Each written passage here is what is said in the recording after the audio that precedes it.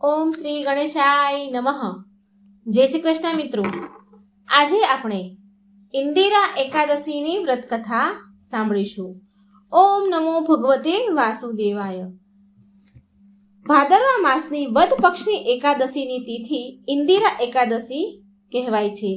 ઇન્દિરા એકાદશી વ્રત કથા. આ ઇન્દિરા એકાદશી બધા જ પાપને નષ્ટ કરવા વાળી, મોક્ષ પ્રદાન કરવા વાળી માનવામાં આવે છે. આ વ્રતના પ્રભાવથી નરકમાં ગયેલા પિતૃઓનો ઉદ્ધાર થાય છે, જેના ફળ પિતૃઓની સાથે સાથે વ્રત કરનાર વ્યક્તિઓને પણ મળે છે. આ મહાપાપ નાશીની ઇન્દિરા એકાદશીના વ્રતને કરવાથી તથા કથા સાંભળવાથી એક સાથે જીવતા તથા મૃત બંનેને ઇન્દ્રલોકની પ્રાપ્તિ થાય છે. વ્યક્તિ જીવન મરણના ચક્રમાંથી મુક્ત થાય છે. કેમ કે આ ઇન્દિરા એકાદશી પિતૃ પક્ષમાં આવે છે, માટે આનું મહત્વ વધારે વધી જાય છે. તો આજે સાંભળીશું ઇન્દિરા એકાદશીની અતિ દુર્લભ કથા તથા પવિત્ર પૌરાણિક કથા. તો તમે બધા જ ભક્તગણો આ પવિત્ર કથાને શ્રદ્ધાપૂર્વક અને ખુશ મનથી સાંભળજો. ધર્મરાજ યુધિષ્ઠિર ભગવાન શ્રી કૃષ્ણને કહે છે, હે મધુસૂદન, હે ભગવાન, હે કમળ નયન, ભાદરવા માસની વદ પક્ષની એકાદશીનું શું નામ છે?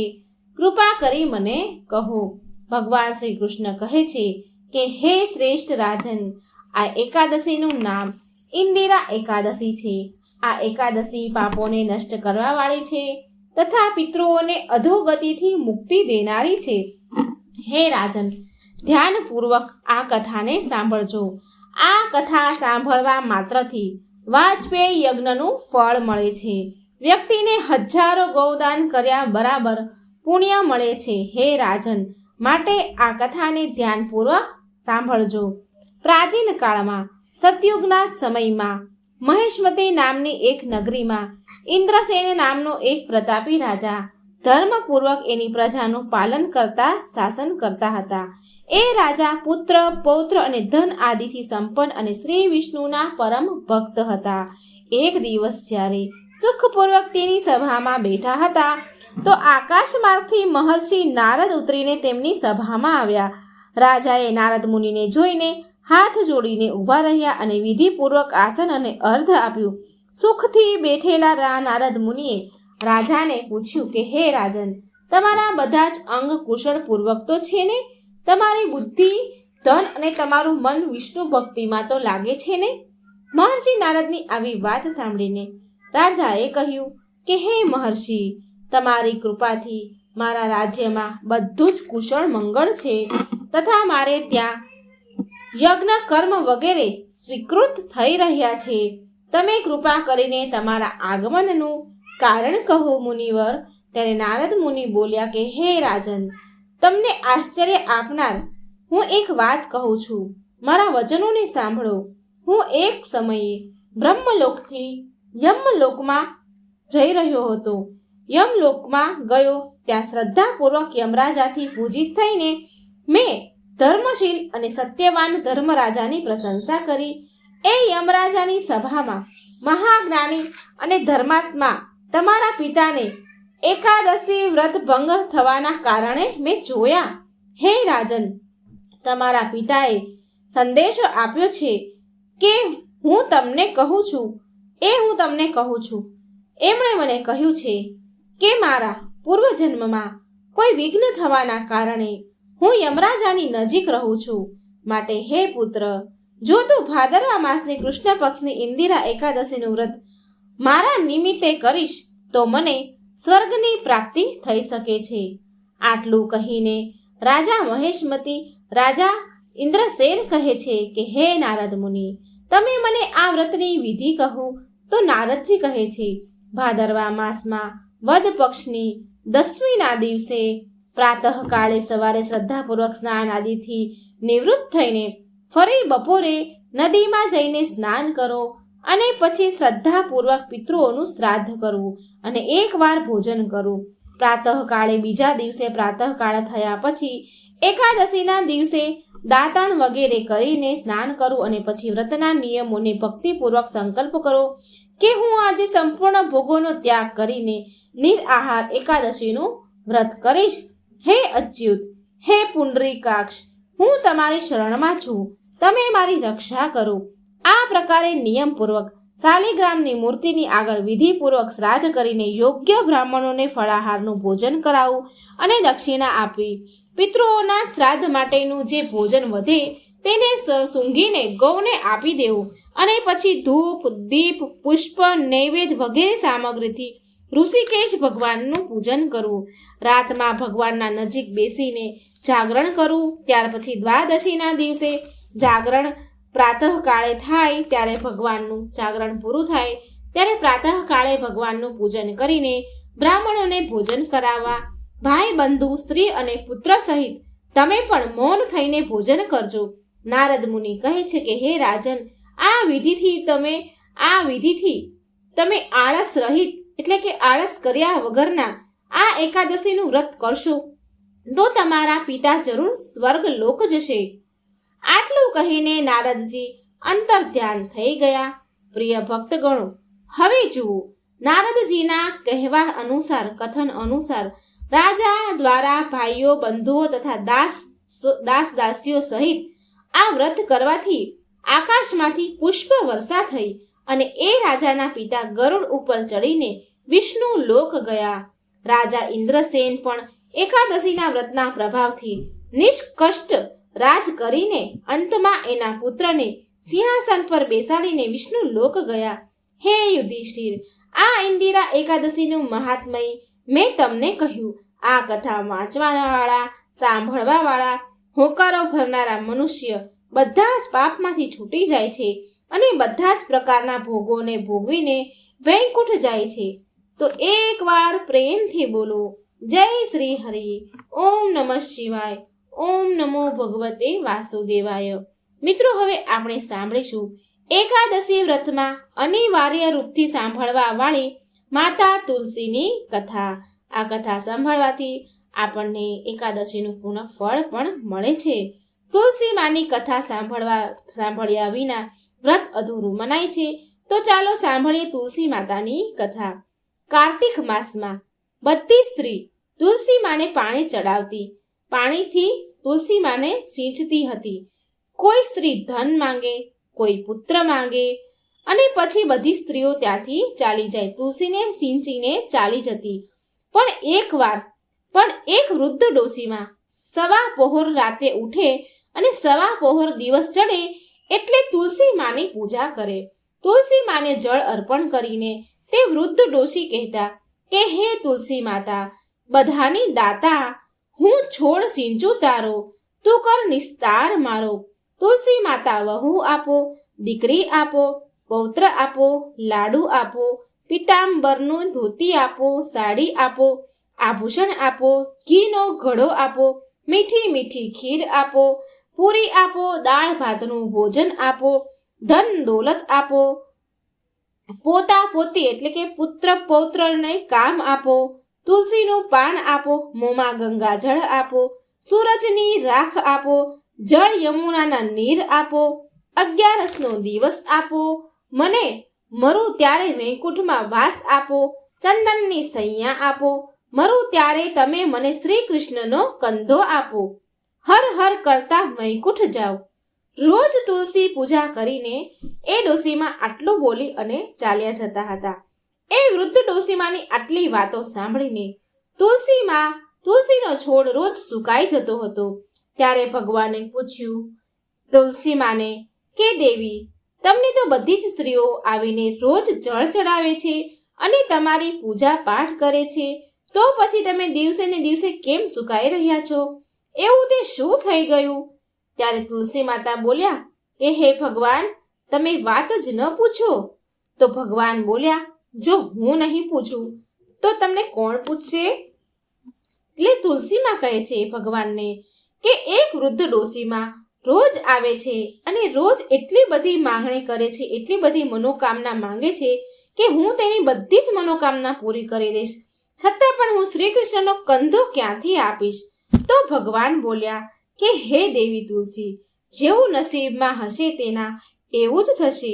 હે દેવી, તમે વિચારો નહીં, હર હર કરીને ફળો ફૂલો. ભગવાન બોલ્યા, જ્યારે તે વૃદ્ધ ડોશીમાં મળશે તો હું એને કંધો જરૂર આપીશ. તમે સવાર સવારમાં જ્યારે એ પૂજા કરવા આવે એ ડોશીમાં તો કહી દેજો કે તમને બધું જ મળી જશે. હવે થોડા દિવસ ગયા પછી એ વૃદ્ધ ડોશીમાને રસ્તામાં ઠેસ આવી પડ્યા અને મૃત્યુ પામ્યા. આખા ગામના લોકો ભેગા થઈ ગયા અને ગામના લોકો તે ડોશીમાને તુલસીજીની ભક્ત કહેતા હતા. ડોશીના પરિવારમાં કોઈ હતું નહીં, માટે ગામના લોકોએ તે ડોશીના અંતિમ સંસ્કાર કરવાની યોજના બનાવી અને તેને નવડાવીને વૈકુંઠી એટલે કે જેને આપણે લાકડાની સીડીને નનામી કહીએ છીએ તેમાં સોડાવા માટે બધા ઉચકવા લાગ્યા. તો એનું શરીર એટલું બધું ભારે થઈ ગયું કે કોઈ એને ઉઠાવી ન શક્યું. એકબીજા સામે લોકો જોવા છે અને જાત જાતની વાતો કરવા લાગ્યા. કહે છે કે આ વૃદ્ધ માજી કેટલી પૂજા પાઠ કરતા હતા, હરેક સમયે ભગવાનની માળા ફેરવતા હતા, માટે આ આટલા ભારે થઈ ગયા છે. તો અમુક લોકો એવી વાતો કરે કે આ ડોશીમાં કોઈ ભક્ત ન હતા, એ તો છળ કપટ કરતા હતા. આપણે જેને ધર્માત્મા કહીએ છીએ એ પાપણી છે, જે કોઈનાથી પણ હવે ઉચકી નથી રહી. આ તરફ ભગવાન વૈકુંઠમાં ભક્તવત્સલ ભગવાન શ્રી હરિ ભક્તવત્સલ ભગવાને વિચાર્યું કે મારા ભક્તની નિંદા થઈ રહી છે, માટે ભગવાને વૃદ્ધ બ્રાહ્મણનો વેશ ધારણ કર્યો અને ત્યાં ભેગા થયેલા લોકોને પૂછવા લાગ્યા. આવ્યા અને પૂછે છે કે અહીં આટલી ભીડ કેમ છે? એટલે બધા લોકો કહેવા લાગ્યા કે આ વૃદ્ધ ડોશીમાં મરી ગયા છે અને આ પાપણી હતી જેનાથી એ બહુ ભારે થઈ ગઈ છે અને કોઈ નથી ઉઠાવી શકતું આને. બધા ઉચકીને થાકી ગયા, પણ આ ડોશી તો તસથી મસ્ત હલતી પણ નથી. તો બ્રાહ્મણ બોલ્યા કે મને એકવાર કોશિશ કરવા દો અને એના કાનમાં મને કંઈ કહેવા દો, તો એ હળવા થઈ જશે અને પછી આપણે એને ઉઠાવી શકશું. એટલે ગામના લોકો બોલ્યા કે તમે પણ એકવાર કોશિશ કરી લો બ્રાહ્મણ દેવ, બને કે કદાચ ડોશીમાં આપણાથી ઉચકાઈ જાય.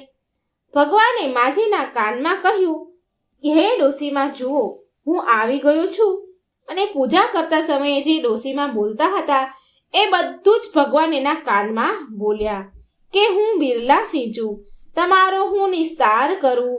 વૃદ્ધ માજી વહુ લ્યો, દીકરી લો, પૌત્ર લો, લાડુ લો, પિતાંબરની સાડી લો, ઘીનો ઘડો લો, મીઠી મીઠી ખીર અને પૂરી લો, દાળ ભાતનું ભોજન લ્યો, ધન દોલત લ્યો, તુલસીનું પાન લો, મુખમાં ગંગા જળ લો, 11નો દિવસ લ્યો, ચંદનની સૈયા લો અને શ્રી કૃષ્ણનો કાંધો લ્યો. આટલું કહેતા જ વૃદ્ધ ડોશીમાં હળવા ફૂલ જેવા થઈ ગયા. ભગવાને આટલું જ કાનમાં કીધું અને ડોશીમાં હલકા થઈ ગયા. ભગવાન બોલ્યા, બધા આવો અને આ માજીને ઉઠાવો. ભગવાને હાથ લગાવ્યો અને માજી તરત જ ઉઠ્યા, એટલે કે બધાથી ઉચકાઈ ગયા. બધાને આશ્ચર્ય થઈ ગયું. પછી બધાએ ખૂબ ધૂમધામથી ડોશીમાને વિદાય આપી. અંતિમ સંસ્કાર બધું થયું. ભગવાન સ્વયં એમને એમના કંધા ઉપર લઈ ગયા. પૂરા ગામના લોકોએ બધી ક્રિયા કરી અને એમનાથી એમને મુક્તિ મળી ગઈ અને એ વૈકુંઠ ચાલ્યા ગયા. બધા જ લોકો જોતા જ રહી ગયા કે જ્યાં સુધી અગ્નિ સંસ્કાર થયા હતા ત્યાં સુધી તો પેલા બ્રાહ્મણ દેવ દેખાતા હતા અને હવે ક્યાં ચાલ્યા ગયા? હવે તો દેખાતા નથી. પછી લોકોને ધીરે રહીને સમજાઈ ગયું કે એ ભગવાન જ હતા જે ડોશીમાને કંધો આપવા આવ્યા હતા. તો હે તુલસીમાં, જેવી રીતે તમે ડોશીમાની મુક્તિ કરાવી એવી રીતે બધાની મુક્તિ કરાવજો. બધાને ભગવાનની કાંધ મળે, બધાને વૈકુંઠ ધામ મળે. ઓમ નમો ભગવતે વાસુદેવાય. ઓમ નમઃ શિવાય. જય તુલસીમાં. મિત્રો, આ પવિત્ર કથાને બહુ શ્રદ્ધાથી અને ખુશ થઈને સાંભળજો. એક અસુર એવો પણ હતો કે જેની તપસ્યાથી ખુશ થઈને શ્રી હરિએ તીર્થોથી વધારે પવિત્ર અને પાવન એને બનાવી દીધો. એક સમયની વાત છે. એક અસુર હતો, એનું નામ હતું ગયાસુર. ગયાસુર ભગવાન શ્રી હરિને પ્રસન્ન કરવા માટે ઘોર તપ કરવા લાગ્યો. એના તપના પ્રભાવથી બધા જ દેવી દેવતા હેરાન પરેશાન થઈ ગયા હતા. એ બધા જ દેવતા મળીને ભગવાન વિષ્ણુ પાસે જાય છે અને ભગવાનને પ્રાર્થના કરવા લાગ્યા કે હે પ્રભુ, એ ગયાસુરના તપના કારણે ઉત્પન્ન થયેલી સમસ્યાનું સમાધાન કરો. બધાની દયનીય સ્થિતિ જોઈને શ્રી હરિને રક્ષા કરવા માટે બધા દેવતા કહે છે. શ્રી હરિ દેવતાઓને શાંત કરે છે, આશ્વાસન આપે છે અને કઠોર તપ કરી રહેલા ગયાસુર સામે શ્રી હરિ પ્રગટ થાય છે. પોતાની સામે એમના આરાધ્યને જોઈને ગયાસુર ભાવ વિભોર થઈ જાય છે. ભગવાન તેની તપસ્યાથી પ્રસન્ન થઈને તેને વરદાન માંગવાનું કહ્યું. એટલે અસુર ગયાસુરે કહે છે, ભગવાનને કહે છે કે તમે મને વરદાન આપો કે હું બધા જ તીર્થ કરતા પણ પવિત્ર થઈ જાઉં. ભગવાન બોલ્યા, એવું જ થશે. તથાસ્તુ કહીને ભગવાને મન વાંછિત વરદાન આપ્યું, જેનાથી દેવતાઓની પરેશાની સમાપ્ત થઈ જાય. પણ આ શું? ગયાસુરના મળેલા આ વરદાનના કારણે પૃથ્વી સૂની થવા લાગી. પણ વ્યક્તિએ અસુરના દર્શન કરે, જે પણ વ્યક્તિ આ ગયાસુરના દર્શન કરે એ મોક્ષને પ્રાપ્ત કરીને ભગવાન પાસે પહોંચી જતા. આવામાં જો પાપી મનુષ્ય પણ એ અસુરના દર્શન કરી લેતો તો એ બધા પાપોથી મુક્ત થઈને મોક્ષ પ્રાપ્ત કરી લેતા. આ બધું જોઈને બધા બ્રહ્માજી પાસે બધા દેવતા ગયા અને બ્રહ્માજી સહિત બધા દેવતા મળીને શ્રી હરિ પાસે ગયા અને કહે છે કે ગયાસુરના પ્રાપ્ત વરદાનના કારણે આખી પૃથ્વી સૂની પડી ગઈ છે. આ વાત પર શ્રી હરિ બ્રહ્માજીને કહે છે કે એ બધા દેવતાઓને લઈને ગયાસુર પાસે જાય અને એની પાસે એક યજ્ઞ કરવા માટે થોડી ભૂમિ માંગે. બ્રહ્માજી વિષ્ણુ ભગવાન પાસેથી આજ્ઞા લઈને ગયાસુર પાસે અને તેને યજ્ઞ ભૂમિ બનાવવા માટે તેના પાવન શરીરની માંગ કરી. ગયાસુર ખુશી ખુશી એના શરીરને યજ્ઞ ભૂમિ માટે દેવા તૈયાર થઈ ગયા. બ્રહ્માજી એના મસ્તક ઉપર યજ્ઞ આરંભ કરે છે અને જેવા જ યજ્ઞમાં પૂર્ણાહુતિ થવાનો સમય આવ્યો તો ગયાસુરનું શરીર ચંચળ થઈ ગયું. યજ્ઞ સમયે એ વિચલિત થવા લાગે છે. આ જોઈ ભગવાન વિષ્ણુ ધર્મને બોલાવે છે. ધર્મને દેવમય શિલાને ગયાસુરના માથા ઉપર મૂકવા માટે કહે છે. એટલે કે એક પથ્થરને ગયાસુરના માથા ઉપર મૂકવા માટે એમણે કહ્યું. પ્રિય ભક્તો, દેવમય શિલા બીજું કોઈ નહીં પણ ધર્મ અને તેની પત્ની ધર્મવતીના પુત્રી ધર્મવ્રતા છે. ધર્મવ્રતાના વિવાહ ઋષિ મરીચી સાથે થયા હતા. અજ્ઞાનવશ ઋષિ મરીચીએ તેની પત્નીને સેવાથી વિમુખ થવા પર પથ્થર શિલા થવાનો શ્રાપ આપ્યો હતો. પછી કઠોર તપ કરીને ધર્મવતાએ શ્રી હરિને કહીને આ શ્રાપને પણ વરદાનના સ્વરૂપમાં બદલી નાખ્યું હતું. હવે આગળ જુઓ. જ્યારે શ્રી હરિના કહેવા પર આ શિલાને ગયાસુરના શરીરમાં મૂકવામાં આવી ત્યારબાદ પણ ગયાસુરનું શરીર હલતું બંધ થયું નહીં, હલતું જ રહ્યું, ડોલતું જ રહ્યું. આ જોઈને અન્ય દેવતાઓ સાથે રુદ્ર એટલે કે શિવજી અને બ્રહ્માજી પણ એ શિલા ઉપર જઈને બેસી ગયા કે જેથી શિલા હલતી બંધ થઈ જાય. પણ છતાંય શિલાનું હલવાનું બંધ થયું નહીં. એ દેવતાઓને પણ તેની સાથે ડોલવા લાગ્યા. જે દેવતા હતા એ બધા પણ ડોલવા લાગ્યા. પછી બધા દેવતાઓ હેરાન થઈને શ્રી હરિના શરણમાં ગયા અને ગયાસુરના શરીરને સ્થિર રાખવા માટે સહાયતા માંગી. દેવતાની પ્રાર્થના સાંભળીને શ્રી હરિ યજ્ઞના સ્થાન પર પહોંચ્યા. એ તેમની ગદાધારી રૂપમાં ત્યાં શિલાની ઉપર બેઠા. શિલાને અને અસુરને સ્થિર રાખવા માટે બિરાજમાન થઈ ગયા. શ્રી હરિને પકડેલી ગદાને આદિ ગદા અને આદિ ગદાધર પણ કહેવાય છે. શ્રી હરિના આ સ્વરૂપને આદિ ગદાધર કહેવાય છે. શ્રી હરિના અહીં સ્થિર થવા પર ગયા અસુર પણ સ્થિર થઈ ગયો. પછી ગયાએ દેવતાઓને કહ્યું કે તમે આટલો ઉપક્રમ કેમ કર્યો? જો તમે ભગવાન શ્રી હરિને કહી દે તો હું પહેલેથી જ મારું શરીર સ્થિર કરી દેત. હવે એને શિલાથી દબાવવામાં આવ્યો છે, એટલે કે હવે મને શિલાથી દબાવવામાં આવ્યો છે. માટે ગયાસુરે દેવતાઓ પાસેથી વરદાન માંગ્યું. દેવતાઓએ કહ્યું કે તીર્થ સ્થાન માટે ગયાના શરીરને સ્થિર કરવામાં આવ્યું છે. માટે બધા જ દેવતાઓ સાથે શ્રી હરિ, બ્રહ્મા અને શિવ આ ત્રણેય અહીં નિવાસ કરશે. આ સ્થાનની પ્રસિદ્ધિ બધા જ તીર્થોથી વધારે હશે અને પિતૃ વગેરે માટે આ ક્ષેત્ર બ્રહ્મલોક પ્રદાન કરવા વાળું હશે. આમ કહીને બધા જ દેવી દેવતા ત્યાં વાસ કરવા લાગ્યા અને ગયાસુરનું શરીર એક પવિત્ર પાવન તીર્થ સ્થાન બની ગયું, જે આપણે અત્યારે ગયાજી કહીએ છીએ, ગયાજીમાં જઈને શ્રાદ્ધ કરીએ છીએ, તો આ એ ગયાજી છે જે પિતૃઓને મોક્ષ પ્રદાન કરે છે. આજે પણ માનવામાં આવે છે કે ગયાસુરને મળેલ વરદાનના કારણે આ ક્ષેત્ર બધા તીર્થોમાં સૌથી વધારે પવિત્ર અને પાવન છે. સાથે સાથે જે પણ વ્યક્તિ અહીં આવીને પિતૃઓની શાંતિ માટે તર્પણ કરે છે, તેના પિતૃઓને બધી જ રીતે તૃપ્તિ થાય છે. તેના પિતૃઓને બ્રહ્મલોકની પ્રાપ્તિ થાય છે. પ્રેમથી બોલો જય શ્રી હરિ. ઓમ નમઃ શિવાય. મિત્રો, હવે સાંભળી આપણે ત્રીજી કથા. કહેવાય છે કે વનવાસના સમયે ભગવાન રામ, લક્ષ્મણ અને સીતા સહિત મહાલય પક્ષ દરમિયાન શ્રાદ્ધ કરવા માટે ગયા ધામ પહોંચ્યા હતા.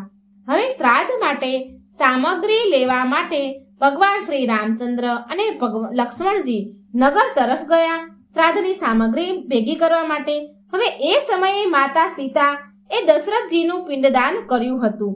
તો પૌરાણિક કથા અનુસાર રાજા દશરથનું મૃત્યુ પછી ભરત અને શત્રુઘ્ને અંતિમ સંસ્કારની બધી જ વિધિને પૂરી કરી હતી.